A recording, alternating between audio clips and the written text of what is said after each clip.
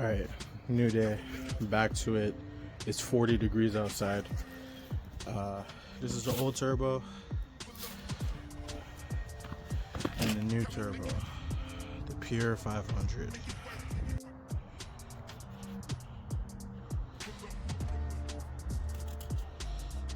This is a good looking turbo,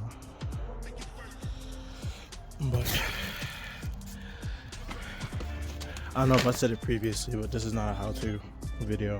Just kind of going with my process, going along and just doing it, you know? Just documenting the process pretty much. But right now I'm gonna transfer everything over from this turbo onto that turbo. And then I will show you guys real quick. Alright, so I just transferred everything over and I did a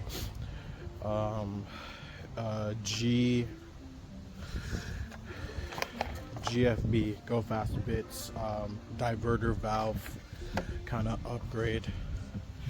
So that's right here. And then you got your little instruction manual there on how to install it. It's actually pretty easy. But yeah, time to put the turbo back in. And I know I didn't show it, but the way you take the turbo out on this is through the bottom. I'll try my best to kind of record it by myself. So yeah, I'll try to record it and try to see if I could get the angle on where I got it in from. Yeah, turbo is in. I enlisted my father to help me. He's in town. He's not in town very often, so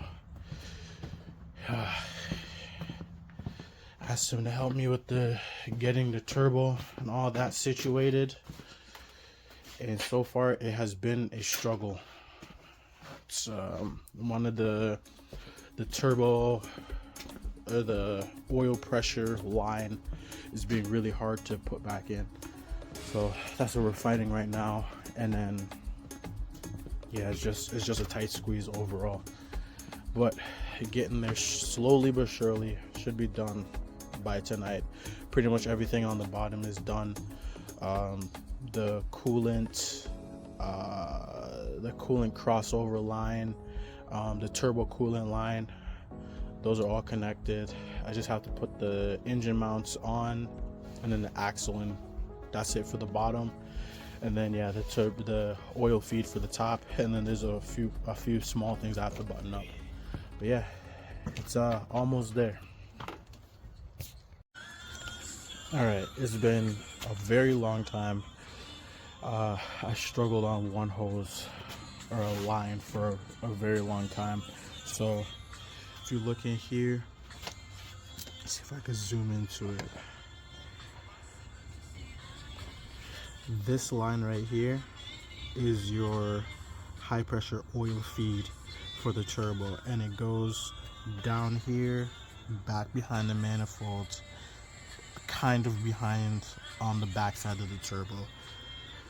This line is so hard to access, so I have the diverter valve like add-on onto my stock diverter valve, and it extends it out just enough so you can't put anything on there. So you put the turbo and everything in, then you have to take this off, which is incredibly hard to take off in the car, and then you have to fiddle with that until it goes on. But long story short, I didn't know you had to take it off.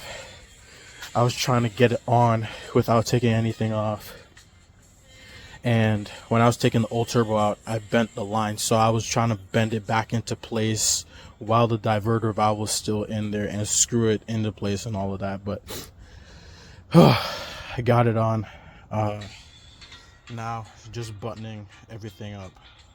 So yeah, getting there slowly but surely. The goal is to have the car running tonight, driving tonight. Yeah, almost there, getting there. Progress is being made. So the engine stand is off. Just need to put the axle in, shock, downpipe. Yeah, that's it. And she's ready to rip. Oh, excuse me. It is midnight on a Monday.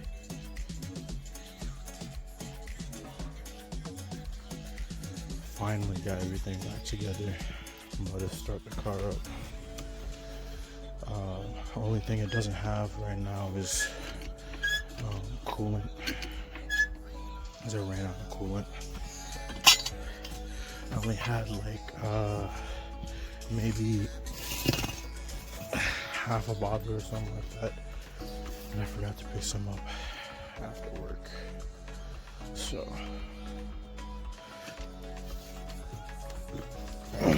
I'm just gonna see if it's gonna start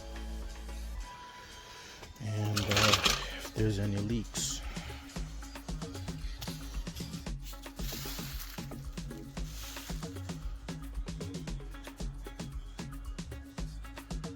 This thing is so grimy.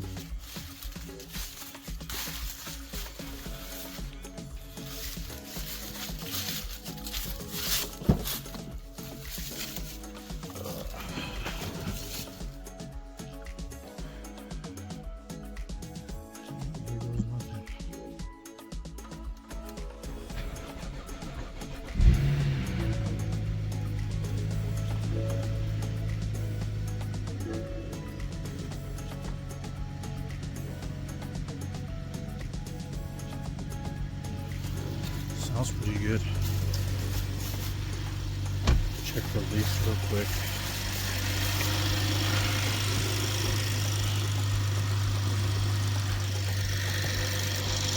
So I got up underneath the car. Everything looked good. No boost, exhaust, coolant, oil, no leaks. Next day I went and got coolant, added it to the car, started bleeding it. The bleeder screw broke. Had to go to BMW. Got a new bleeder. Yeah, I've driven the car over 1,000 miles since then, and sorry this video is so short. It was just, I had to split the first video into 2 parts, but I hope you guys enjoyed.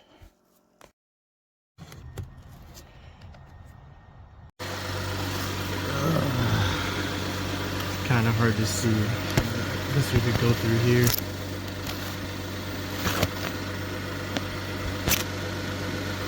Nope, can't go through there either.